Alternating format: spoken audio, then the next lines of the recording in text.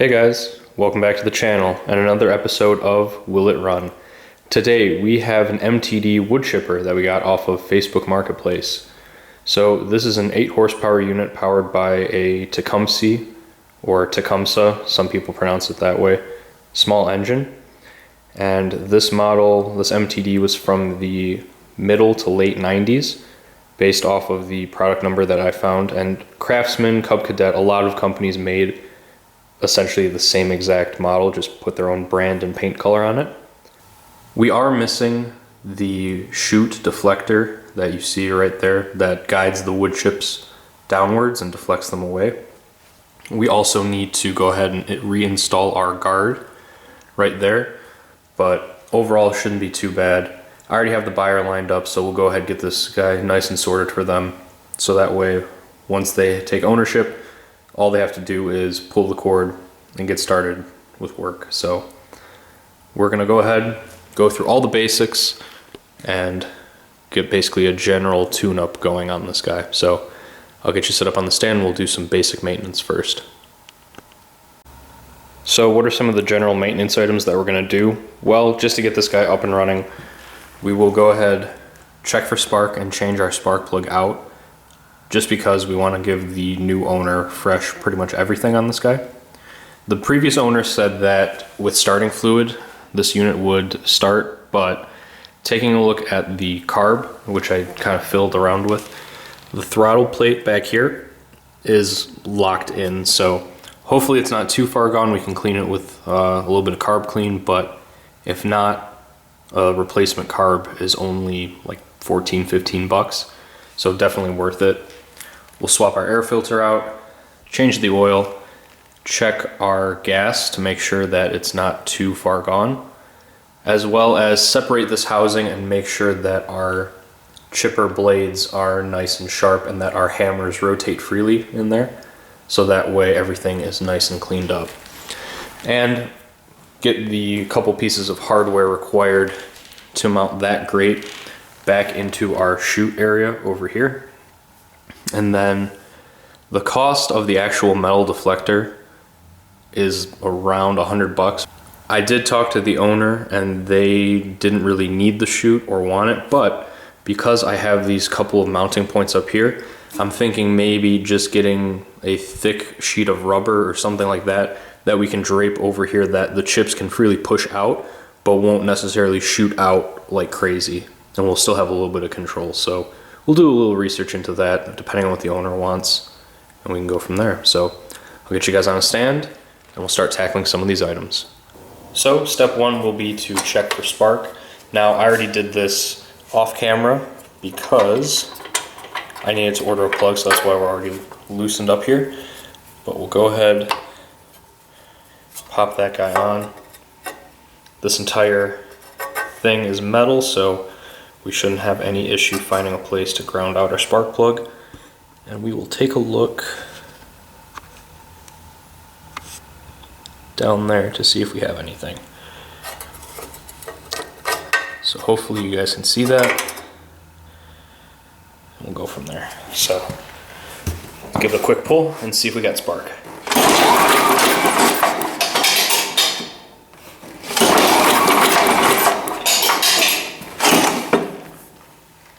Okay, well that looked good. We had spark, hopefully it came across on camera.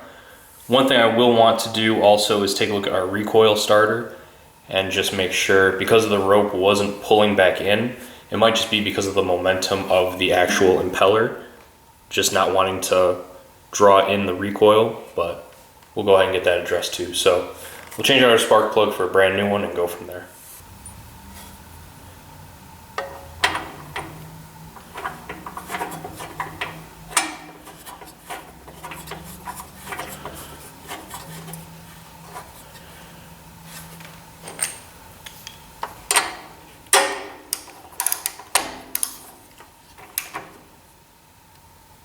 Just nice and snug.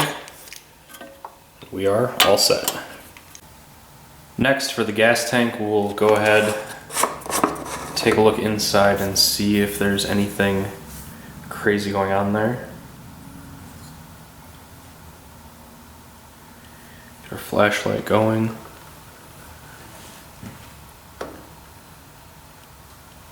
tank looks clean, and I know you guys can't see, and taking a quick smell test, this does smell like clean, fresh gas. So the owner probably, before they tried starting it last time, threw fresh gas in, and it's not cooperating with them. So we will go ahead and siphon this gas out, so that way we can go ahead and start taking a look at the carb down here. I'll let this guy drain. We'll kick you guys back on when we remove the gas tank. So let's go ahead and remove our gas tank off of our engine. And to do that, we have 4 bolts up here, and then we have a couple underneath down there, but we'll get our top ones done first.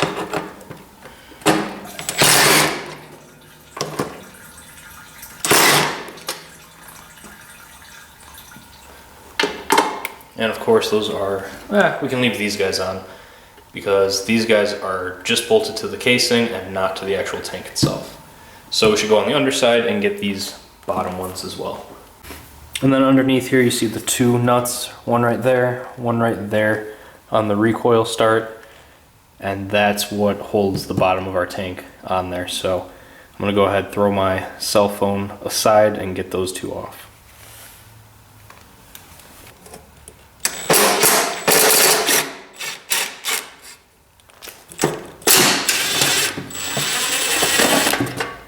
And we're free.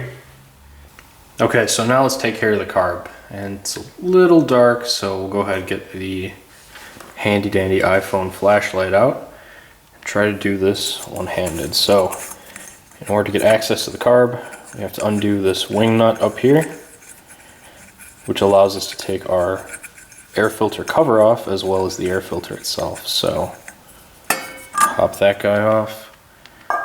Yep, we definitely need a new air filter. This guy has seen better days, and in fact, it's a Briggs & Stratton air filter on a Tecumseh engine. It looks like we got some backfiring too. We have a little bit of carbon or soot from where this guy was on there, so that can't be too good. Now, we'll go ahead, in order to get the carb off, we'll get these 2 screws taken out, which hold this metal plate on, and then we can undo some of our linkages. And guys, if you're working on this, there are 2 sets of linkages that go to the governor. One that go to this throttle control valve on the engine casing itself, and the other to the actual throttle valve back there on the carb that you can see. Make sure you take pictures of these guys, just because there are a lot of configurations that they can fall into. So just to have reference when you have to go back and put it together. It's always nice to know where things came from. So we'll go ahead and take those 2 screws off to get better access to our carb.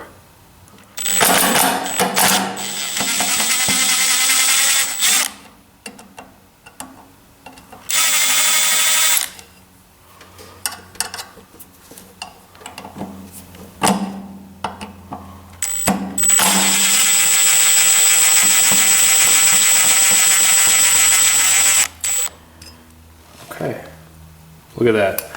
We even saved the gasket. So it's good, one less thing we have to order.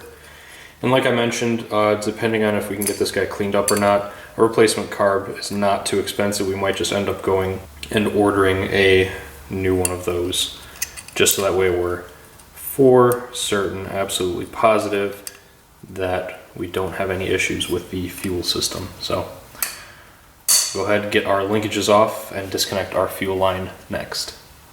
So we went ahead and disconnected our fuel line back here. That guy is pretty much petrified, so I'm gonna run a new fuel line in there. Have to run to the store and grab that. But what I wanted to bring up is that you only really need to remove the linkage on the carb itself. This guy right here on the throttle plate. This other one that is on the throttle control valve back there is actually tied to the engine and the governor, and you don't have to touch that in order to remove the carb. So what I will say though is that there's a lot of rust on some of these fasteners, so we'll hit it with some WD-40, let it soak for a little bit before we try taking them off. So just be leery of that. don't try to go and take off loose hardware, or don't try to take off and loosen rusty hardware, because you'll end up just cracking and breaking things and giving yourself even more of a headache. So we go ahead, hit it with some WD-40, let it sit, and then take this guy off. So we got the carb off. Let's take a look and see what we have.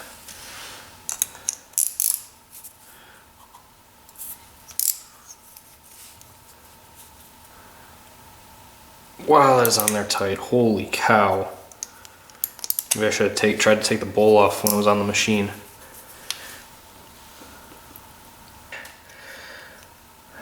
Oh boy. Yeah, we might need a new carb. We might not even be able to get past the bowl.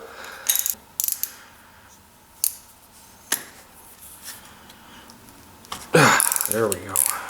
Wow, if that's a sign of things to come, I can only imagine.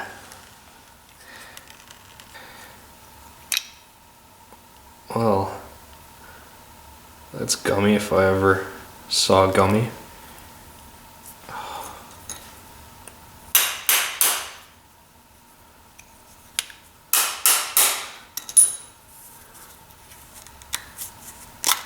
Oh, wow. Hello, come on, buddy. Our gasket's getting stuck on there. I don't know if you guys can see that. Try not to destroy it.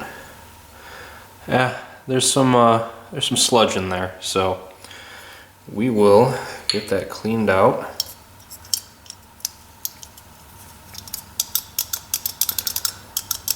Float still seems to work. Our jets are going to be clogged though. Holy cow. Let's go ahead. Try to take this gasket. Let's leave it on. I don't want to screw with it too much.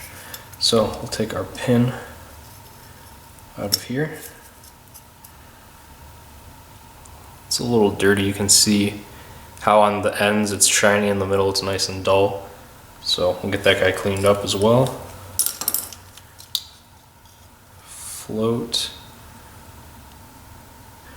Our needle, sorry, I'm zooming it up to my face, but I'm realizing the camera's not in the exact same spot. The needle, as you can see, or as you can't see because it's blurry, it has a little bit of debris on it.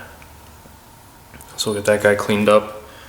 Float's a little dirty too, but we'll get that taken care of as well. As for our jets, this is my first Tecumseh carb that I'm taking apart. So just by looking down in there, I'm thinking there's going to be one in there. I'm thinking that's about it, so I want to prod in there, and then just make sure that our seat is okay where our fuel inlet comes in. Other than that, I'm not seeing anything else unless there's something hiding underneath this plate, which, yeah, I don't know if I'm gonna pry on that right now. Let me do a little research, see if there's anything underneath here. But we have this guy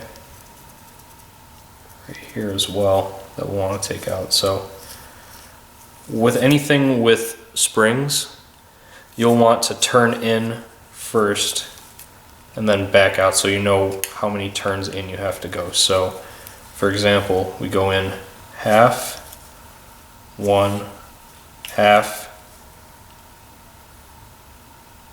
1 3/4. So when we reinstall this, we go in all the way and then out 1 3/4. Remember that, I'm counting on you guys, because I know I'm gonna forget and have to rewatch this video. Yeah, a little bit of debris on there. Let's, sorry. I have the camera inverted, so I'm looking at everything upside down, so that's why. We'll get that guy cleaned up.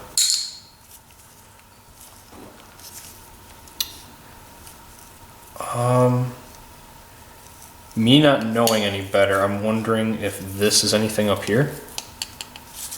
Or, nope, this is our throttle adjustment screw, so I'm not going to touch that guy. up there. We'll leave this guy put. Throttle's freeing up a little bit, but we'll be sure to throw a little bit of Carb Clean on there to make sure that it can move nice and freely. So I did a little bit of off-camera work. Essentially, just took our Carb Clean right there. Once we get our ultrasonic, this will be a lot easier process, but just sprayed it in there and there to make sure that our needle and seat were okay. We shot it into this tube as well to make sure that was clear, all the passages along here.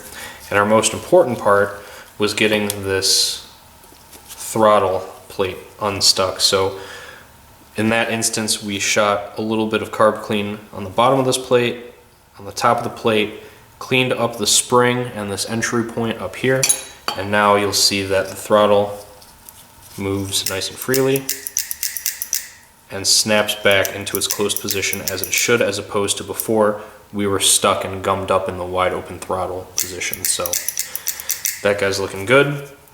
I'll just off camera clean all of these jets and we'll just start reassembling from there. So outside now, our old fuel line's pretty much toast, but just to run a test to see if I need to order a new carb, I have this new piece of hose on here that will connect up. So we'll just reconnect our carburetor.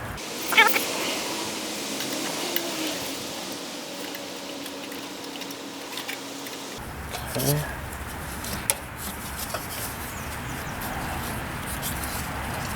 Carb should be reconnected there.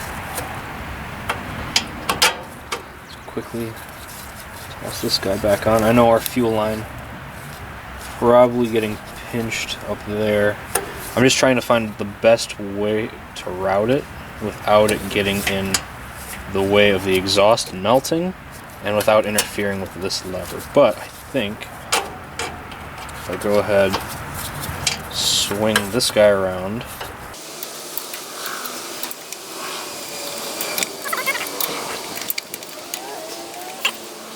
so we got our hose routed along here. We'll just keep it to the side like that.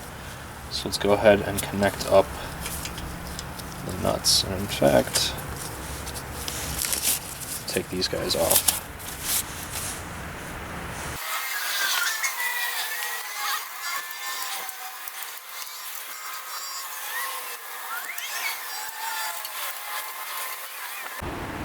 And for testing purposes, our fuel line was too short, so we just included one bolt here just so that way our gas tank is slightly supported. I'm going to toss a little bit of fuel in there, test our carburetor, and this is all just to see if we need to order a new carb or if our carb cleaning did the trick. So let's go ahead, add some fuel, and see if she fires up.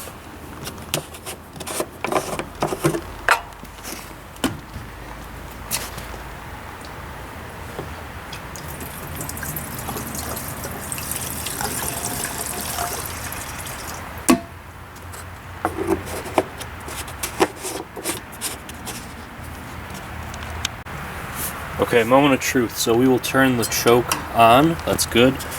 Speed is all the way up. And we'll see if she goes.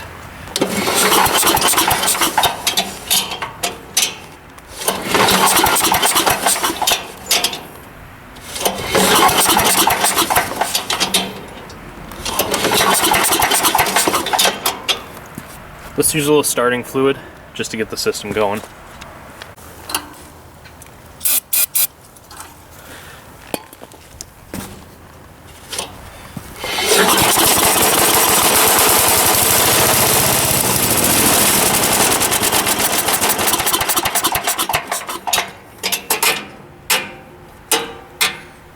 Okay, so we got fire up, that's good. Let's try one more time. Choke on, throttle up.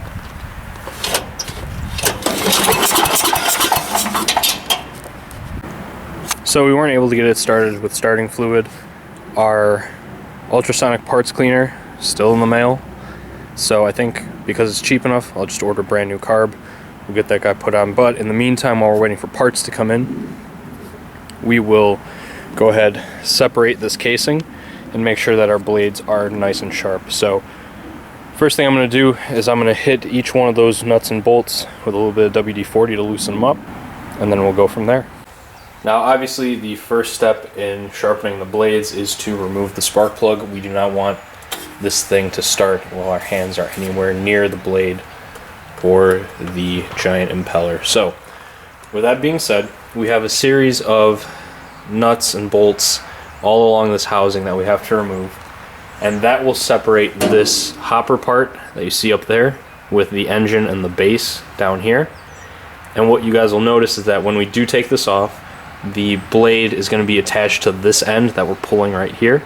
So in addition, we need to remove this chute as well, which this is just a set of 3 bolts as well. So we'll go ahead and get started separating the housing, and then once we get the 2 apart, we'll take care of this guy down here.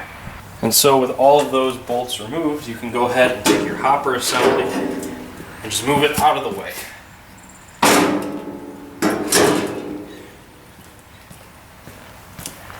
And then we can go take a look at what we're working with here. So here's the underside of where our impeller is. So this blade right here that you see in the center is what chops up the material that's fed through the hopper out back.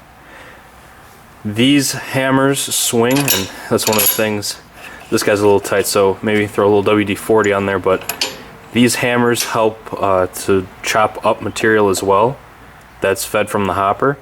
And then you'll notice right here, and there's another one right down there, those are the blades. And by the looks of it, this guy was stored probably outside, and water came in through the chute down here and got this guy nice and wet. But we'll go ahead and we'll make sure that we have our little hammer guys nice and loose. We'll get some WD-40 in there, make sure they're rotating freely. We'll make sure that this guy is nice and sharp, and then we'll take a look at our 2 blades, one right here and one down there. And to get the blades that feed from the chipper, those 2 that I just showed you, we're going to take this chute off right up here, and the nuts are on the other side. These are kind of like the bolts or like the pins that are holding it in place. So we'll go ahead, take this guy off that way. When we remove, let me see if I can spin this guy. There we go. When we take these bolts off, these nuts actually, the bolt head we actually access from the other side, and that's what allows us to take our blade off. In fact, that's even on the other side as well. So we will go ahead. I will first spray everything with a nice coat of WD-40 just to get everything loosened up, and then we'll take off the center blade, sharpen it, and then the 2 side blades. So once you take this side of the chute for the chipper out, you'll be able to access the blade itself. And in order to prevent the blade from spinning as you start twisting to undo these guys, just take a piece of wood or something like that and jam it in between the impeller and the ground. That way when you twist, the blade doesn't move on you. And on the other side, we just have Allen keys. So you'll just stick your Allen key right there and undo this guy like that.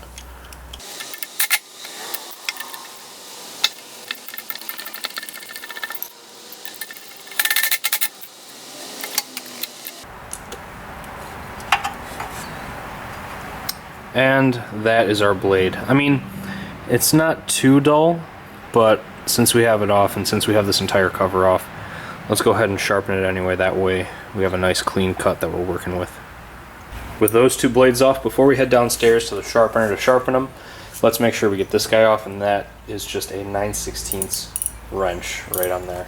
And make sure that you have a piece of wood as well, just because as you're twisting it, similar to a lawnmower blade, as you spin you want the rotational force to be applied to the bolt, not to this whole thing spinning. So I see this as I'm starting to untwist it. We have some screws right here with nuts on the end of them, so let's go ahead and get those guys taken care of as well. In fact, remove these guys first, that way you can take the blade off, because right now I'm just trying to bend the blade. So these guys are just 1/2" nuts on the back, and then if we want to get our screwdriver in there, we can easily remove them.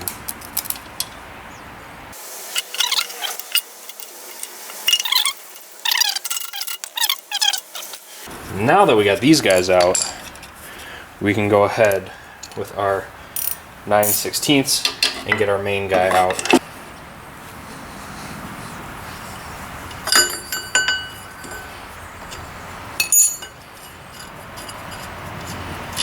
And there we go.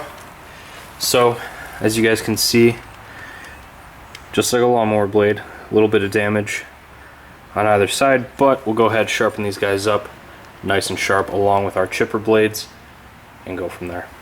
So downstairs at the bench grinder, and I will say with smaller pieces like this, I would recommend using a pair of vice grips as you guide them through the grinder, just because having your hands that close, there's going to be a lot of sparks flying and you're probably just going to singe the tips of your fingers, so just exercise a little bit of caution. So we'll go ahead and get our two chipper blades sharpened as well as our main impeller blade in the middle.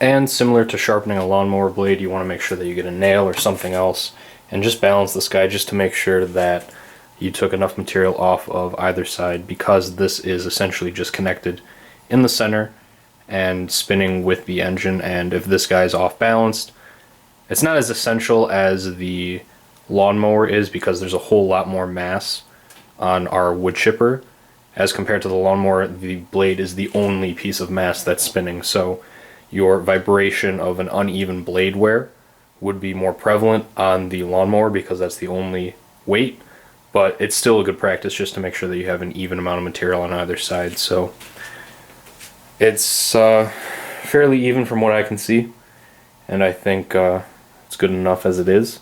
So with all of these guys sharpened, let's go ahead, head back on upstairs and get these back onto the wood chipper.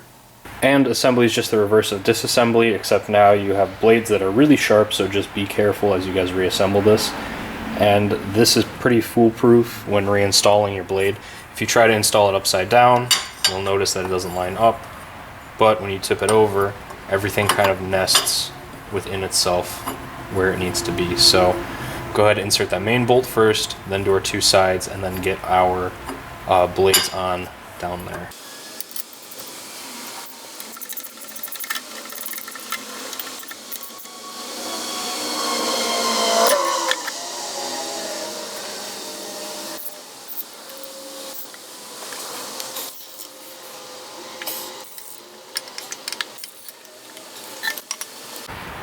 And the same thing goes for reinstalling these chipper blades as well. You want to be extra careful because they're sharp. And these will go on the opposite side over here. And then you'll insert your bolt right here through there. It'll seat nice and flat, and then lock washer and regular washer will go on there, on this side.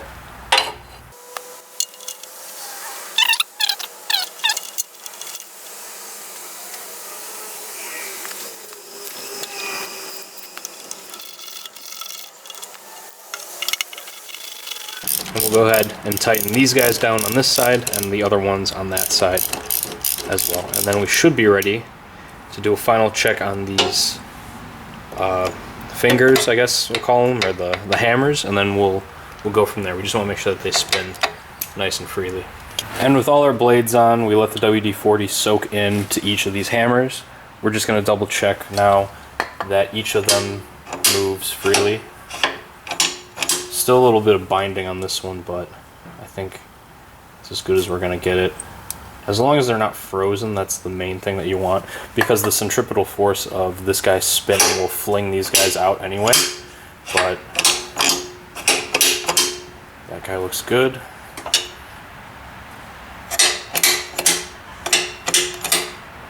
So does that guy. Oh, this guy, yeah. Now this guy. These back two for sure, this guy might be bound a little bit.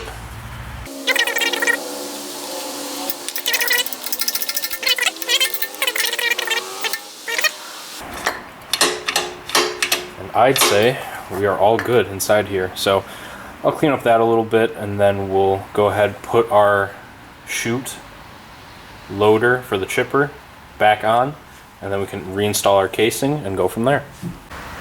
Battery's running low, but I just thought I'd mention that now that everything's pretty much off of this guy, it's probably the best time to change the oil, given that this Tecumseh has its oil drain right there, and it's going to go everywhere, so might as well fiddle with the lightest part of the chipper shredder while I can. So this, just take a 7/16. It's a square, but the 7/16 guy fits on it really well.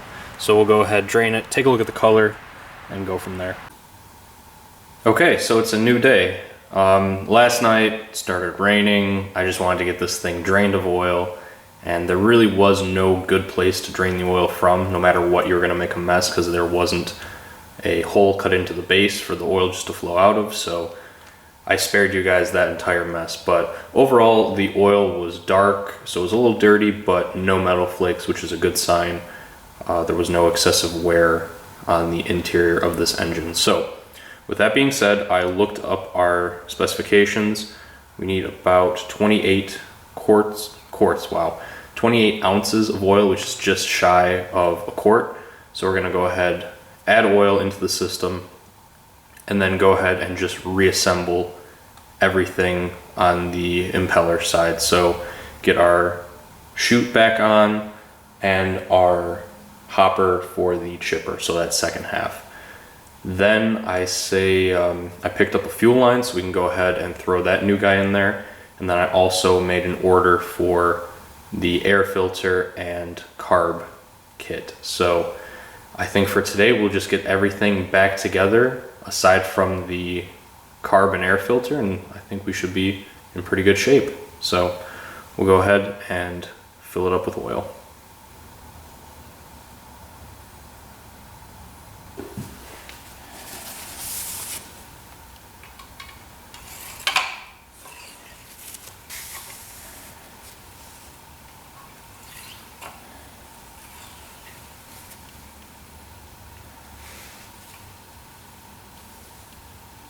And with our oil filled, we can now go ahead and reassemble the chute for our chipper. And just note that we do have some tabs on this guy, and we want to make sure that these guys are on the inside into place. And what I mean by that is when you line everything up, there shouldn't be any gaps in between the chute and the housing itself. So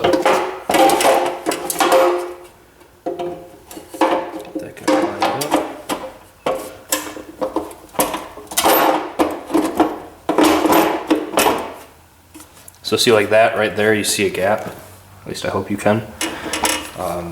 That's not good. We're not locked in on the bottom, so just keep messing around with it until you do get this guy fully seated flat up against there.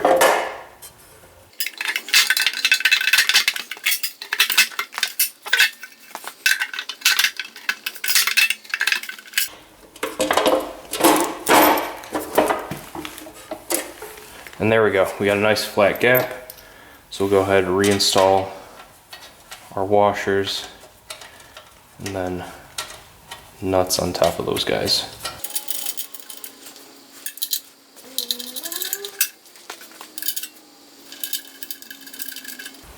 And these just take a 1/2 inch size. And what I recommend, because there is such a hard to reach area, these ratcheting wrenches really do help make the job just that much easier. And with these guys tightened up, we can now move on to attaching the other side of our impeller house. So to hopefully make this process easier, I went ahead and threw a jack stand underneath the side discharge area of the impeller just to raise it up off the ground a little bit. And we will go ahead and grab our other section and try to just mate it up.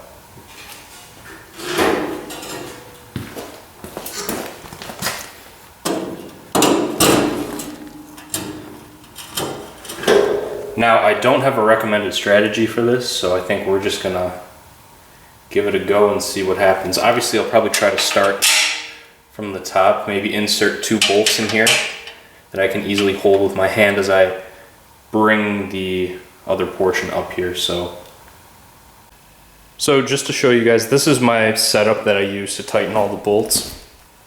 Essentially, once you get the top few on in that initial configuration, the wheels will want to slide forward and tip this entire guy out.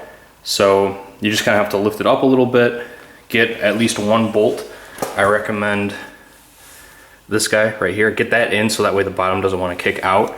Then you can start screwing some of these other guys on, and by then it'll have enough stability that you can tip the chipper forward, put a jack stand under there, under the chipper inlet portion, and then you can easily go around and get all of these bolts nice and tightened up. So we'll go ahead and flip this machine back on over. Now we can go ahead and begin the process of reinstalling this guard. So this guy simply has 2 pins that go through both here, and there's another one down here. And this just kind of prevents larger chunks of wood from flying out, especially if you're using a bag. You don't want it to shoot out a piece of wood and just rip a hole right through the bag. The only problem I had was that these, there's 2 clevis pins that go through here and here that go through and hold this guy in place, and then a cotter pin that just secures it down. The only place that I could find it was on e-replacement parts or another website like that where they try to upsell you. So 2 pins and then the 2 cotter pins shipped to my house would be in like the mid $30 price range, which is to me ridiculous for something that really just shouldn't move at all and something that shouldn't be that hard to find. So I took a look at hardware stores, and of course these manufacturers are smart. They're not going to select common sized pins and other hardware, because then you wouldn't buy from their genuine parts bin. You would just go to the hardware store and pick up their generics. So what I ended up doing was going to Home Depot, and this the pin was supposed to be 4.675 or something like that inches long. So I ended up going with just a standard bolt that's 5 inches long. What I'm going to end up doing is putting a washer on it, sliding it through here, putting this guy on, tossing another washer on top of that, and then I picked up some wing nuts, because essentially if the chute gets clogged or anything like that, the pins allow you for easy access to remove this guard and clear any debris that's in there. So I don't want this to be an operation like these guys up here where you need a wrench and a socket to get this guy off. This wing nut will allow us just to easily spin it on and off to get where we need. So this is just a 1/2 inch diameter bolt, 5 inches long, coarse threads, couple of washers, and then that wing nut. For the entire setup at Home Depot, it was around $7. So I would much rather spend the 7 as opposed to the 35. So just a little tip for you guys, try to make do with parts that are off the shelf if you can. And some people, even if you have some of the stuff lying around at home, it would even be a free installation for you. So we'll go ahead, crack these guys open, and get them installed.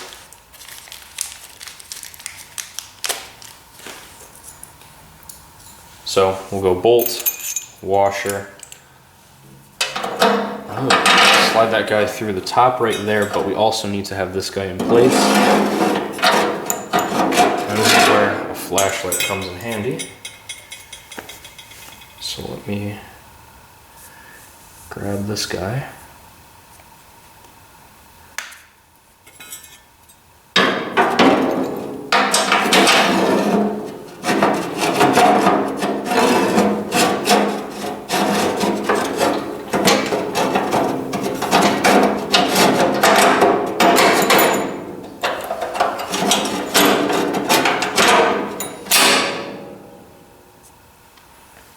And the nice thing about this guy is that all of the threads are on the outside, so they won't get damaged on the inside where the wood chippings are coming from. So we'll go ahead, install another washer, and then thread our wing nut on.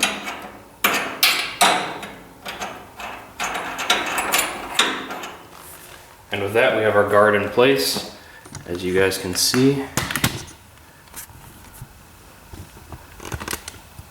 Not too bad, and if we give it a quick spin, remember, the spark plug has been disconnected this entire time.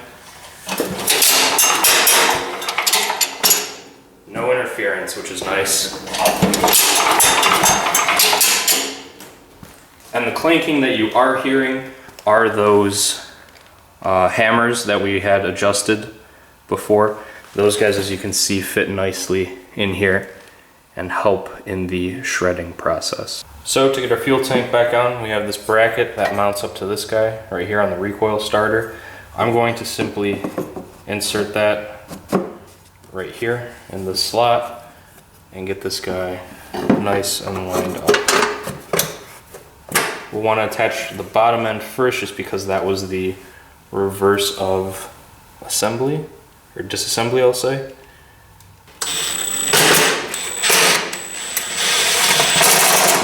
Next, we'll go ahead and get our 3/8 inch screws. Get this tank nice and lined up on the top. And we're gonna wait to do the fuel line, just because I want the carburetor to be in place when I do change it out. And what I'm planning on doing, because this runs behind the tins and I really don't want to take all the tins out, I'm going to take this hose clamp, tie it to the new fuel line so that way it kind of overlaps, and as I feed this guy through, the new fuel line will be attached there and it'll run up there into our gas tank. So I think we're going to put you guys on hold until these parts come back in, and I'll turn you back on when we get the parts. We'll throw our carb back on, air filter, new fuel line, and then go from there. And with the magic of editing, a couple days later, we have our clone carb off of eBay. Now, I went ahead and took a look at the previous carburetor that we had on there, the original, and I just made sure that all of our screws and jets were kind of adjusted to match the exact same specifications as the one that we took off.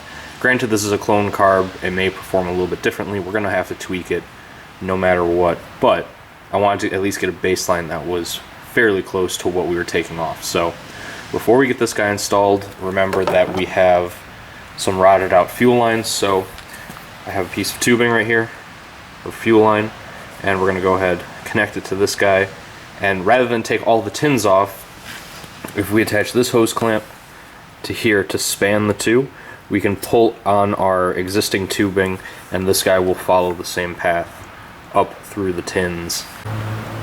And of course the hose clamp wasn't long enough to span it, so we're just going to go ahead and take this tin off.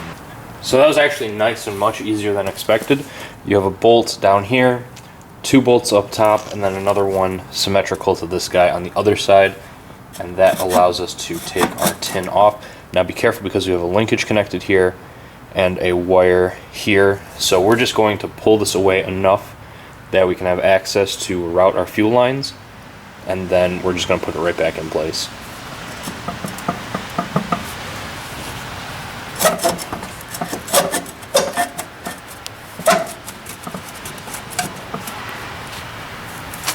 So you can see by that guy exactly where our fuel line is routed down through there. So we'll go ahead and take our new tubing, snake it through there onto the other side, and then we'll go ahead and tighten this guy right back up. So new fuel line is on. I haven't cut anything to size yet. We will do that when we connect up to the gas tank, which there's a whole lot more access up there, and we can take care of that later. So new gasket is also on. I scraped off the old gasket material that we had left over, so we will go ahead, put the new gasket on, take our hose clamp, slide that guy on, and then connect up our new carb.